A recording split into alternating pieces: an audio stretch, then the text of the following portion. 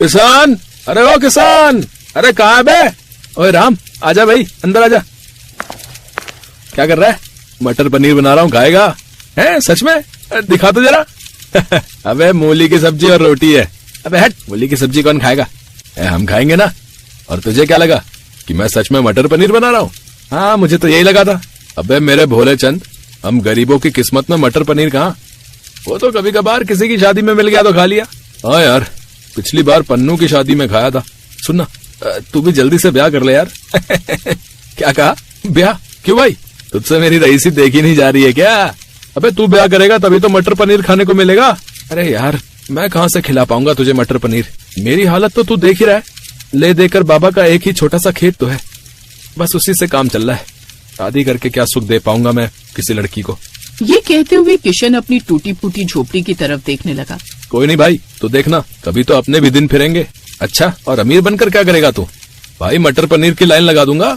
सुबह मटर पनीर, दोपहर में मटर पनीर, फिर रात में भी मटर पनीर, और अगर रात में नींद खुल गई ना गलती से तो फिर से मटर पनीर।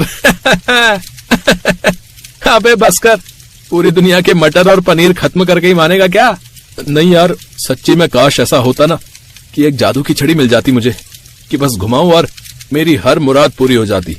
जरा सोच के देख मेरे भाई, कितना बढ़िया हो जाता फिर तो। राम की बातों पर उसका बचपन का दोस्त किशन बस हंसता रहा। इसके बाद कुछ बोला नहीं।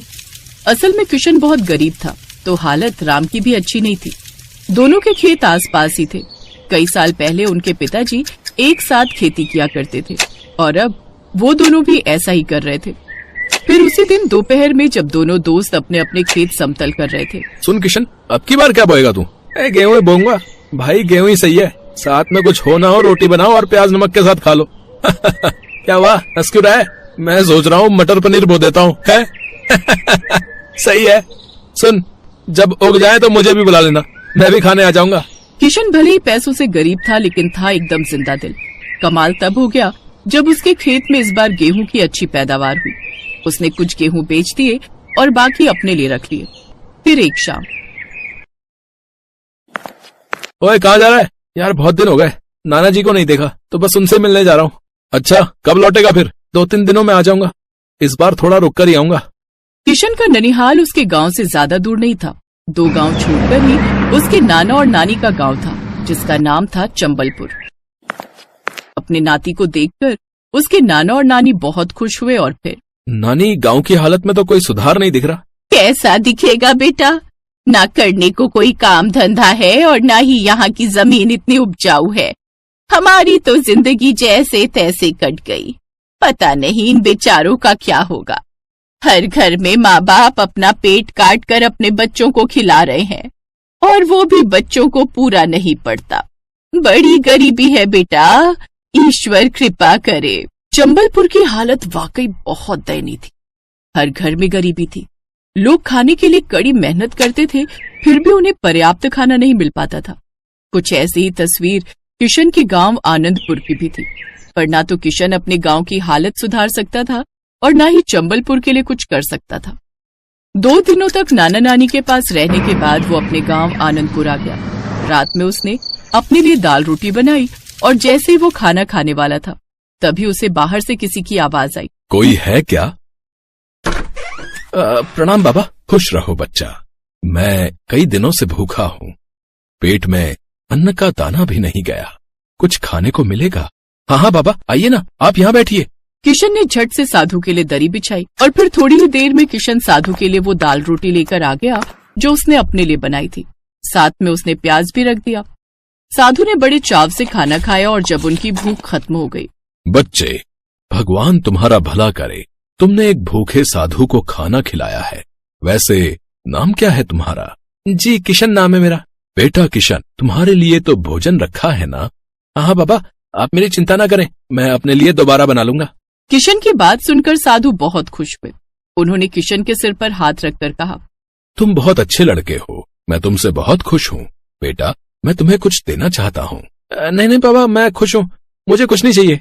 किशन ने हाथ जोड़कर साधु से कहा, लेकिन तभी साधु मुस्कुराए और उन्होंने एक मंत्र पढ़ा और अगले ही पल एक बड़ी सी कढ़ाई उनके सामने थी। ये लो बच्चे, ये कढ़ाई आज से तुम्हारी है।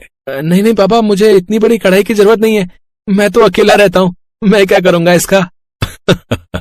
बच्चा, ये कोई ऐसी वैसी कढ़ाई नहीं है, मेरा मंत्र प्रसाद है। इसमें तुम सिर्फ पानी डाल देना और फिर जो चाहोगे वो पकवान इसमें बनकर तैयार हो जाएगा। इस कढ़ाई की वजह से तुम्हारी पूरी रसोई जादुई बन जाएगी और उस जादुई रसोई से तुम कभी किसी को भूखा नहीं लौटने दोगे। ये मेरा अटल विश्वास है तुम पर। साधु की बात सुनकर किशन की आंखें खुली की खुली रह गई। उसने फौरन साधु को प्रणाम किया और फिर पापा एक बात कहूं? बोलो बच्चा। मुझे ऐसी ही एक और जादुई रसोई चाहिए। लालच करना अच्छी बात नहीं है बच्चा। नहीं पापा, इस कढ़ाई से मैं आनंदपुर के लोगों को खाना खिलाऊंगा और दूसरी रसोई मैं चंबलपुर में बनाऊंगा। वो मेरे नाना नानी का गांव है, वहां बहुत गरीबी और भुखमरी है। ठीक है बच्चा, जैसा तुम चाहो, बस याद रखना चाहे जो हो जाए कभी लालच नहीं करना। इतना कहकर साधु वहां से चले गए। उनके जाते ही किशन के आंगन में अब एक और कढ़ाई थी। किशन झट से दोनों कढ़ाइयों को अपनी रसोई में लेकर गया। वहां कढ़ाई रखते ही उसकी रसोई जादुई हो गई। रसोई की हर चीज चमक रही थी।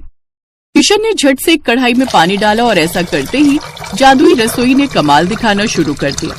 उसने पहली बार उस कढ़ाई से मटर पनीर बनाया और फिर उसने राम को भी बुला लिया। राम, मेरी बात ध्यान से सुन। मेरे पास ये 2 कढ़ाई हैं, मैं इनमें से एक को यहां रखूंगा।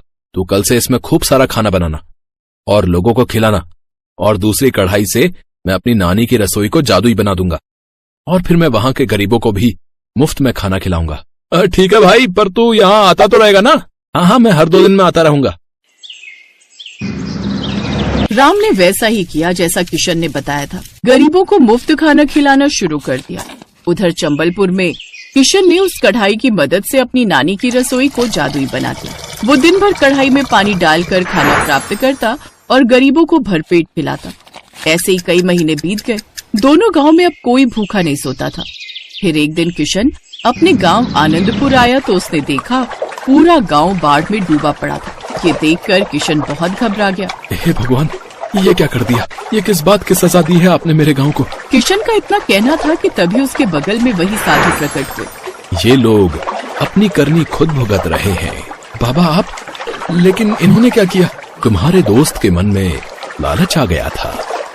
वो जादुई रसोई से खाना बनाकर बेचने लगा, वो भी बहुत महंगे दामों पर। और जब गांव वालों को इस जादुई कढ़ाई के बारे में पता चला तो वो सब भी इसे छीनने और लूटने में लग गए। बस इसी छीना झपटी में कढ़ाई का पानी नीचे गिर गया और इस गांव में बाढ़ आ गई। इन सब पर दया करें महाराज और इन सबको बचाने का उपाय बताएं। इन सबको माफी मांगनी होगी। हाँ, हम सब माफी मांगते हैं, माफ कर दीजिए साधु महाराज। ठीक है, मैं इस गांव को पहले की तरह कर देता हूँ। साधु बाबा ने फिर से एक मंत्र पढ़ा और अगले ही पल सारे गांव का पानी उनके कमंडल में समा गया। इसके बाद पूरे गांव ने कभी लालच न करने की कसम खाई और फिर